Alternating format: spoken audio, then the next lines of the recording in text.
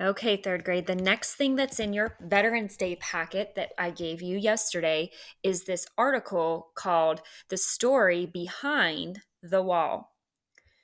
In 1980, a contest was held to design a memorial to honor veterans of the Vietnam War. Any U.S. citizen who was at least 18 years old could submit a design. This is a true story from back in 1980. A group of 8 well known artists and designers were chosen to judge the contest. They would use 4 criteria to decide a winner. So if you look down here, criteria is a bolded word, that's a keyword. And if you look in this box down here, it gives you the definition. It tells you that criteria means standards or rules by which something is judged. So if you just know that criteria is the same thing as rules, that will help you understand that sentence. The judges would use 4 rules to decide a winner. The memorial needed to 1, be a place where people could think, remember, and reflect. 2, fit in with its surroundings. 3, show the names of all those who died in the war and those who are missing. And 4, not give an opinion on whether the war was right or wrong. Because remember, the Vietnam War was one of the most controversial wars in our history. They didn't want the memorial to reflect controversy, they wanted it to be peaceful. 1,421 people submitted a design, which made the competition the largest of its kind in U.S. history. There were so many entries that an airport hangar was used to display them all. Each design was given a number, so the judges couldn't see who made them. That was the judges trying to be fair. They didn't want to put names with the designs, they wanted it to be anonymous. All 8 judges looked at every single design. They narrowed the entries down to 232 and then down to their 39 favorites. But they could only choose one winner.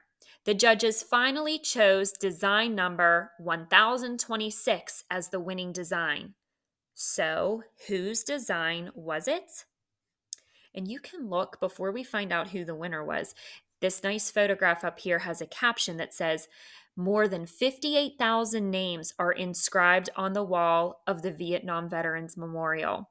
The names are of those who died in the war. We kind of talked about that when we read our story. Here's another photograph down at the bottom. The Vietnam Veterans Memorial honors the men and women who served in the Vietnam War. It is located in Washington, D.C. Okay, let's find out who the winner was. The winner was not a professional architect nor an experienced designer. It was Maya Lin, a 21-year-old college student at Yale University. She even beat her own professor. The judges all believed Maya's design strongly met the criteria for the memorial. Many were surprised at such a young person winning, but not Maya. I liked my idea, she said after her design was chosen.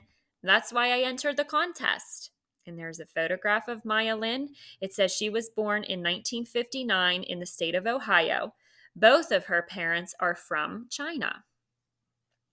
Maya's design was different than other nearby memorials because it did not involve a statue or any heroic symbols. Maya's idea was for a long V-shaped wall cut into the earth and made of black granite. The names of more than 58,000 soldiers would be carved into the wall, and the wall's polished surface would reflect the image of the person viewing it.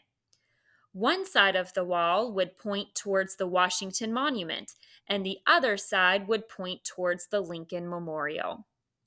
Using Maya's design, the Vietnam Veterans Memorial was built in 1982.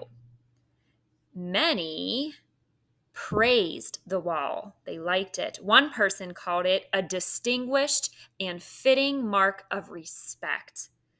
But, oh no, Not everyone liked Maya's design. Someone called the wall a black gash of shame. The memorial became so controversial that a compromise was made to add a sculpture of 3 servicemen nearby, as well as a 60-foot flagpole flying the American flag. Here is a picture of that sculpture of the 3 servicemen that is near the wall. It says it was designed by Frederick Hart. Today, the Vietnam Veterans Memorial is one of the most popular sites in Washington, D.C. Every day, thousands of people visit the wall that a college student designed.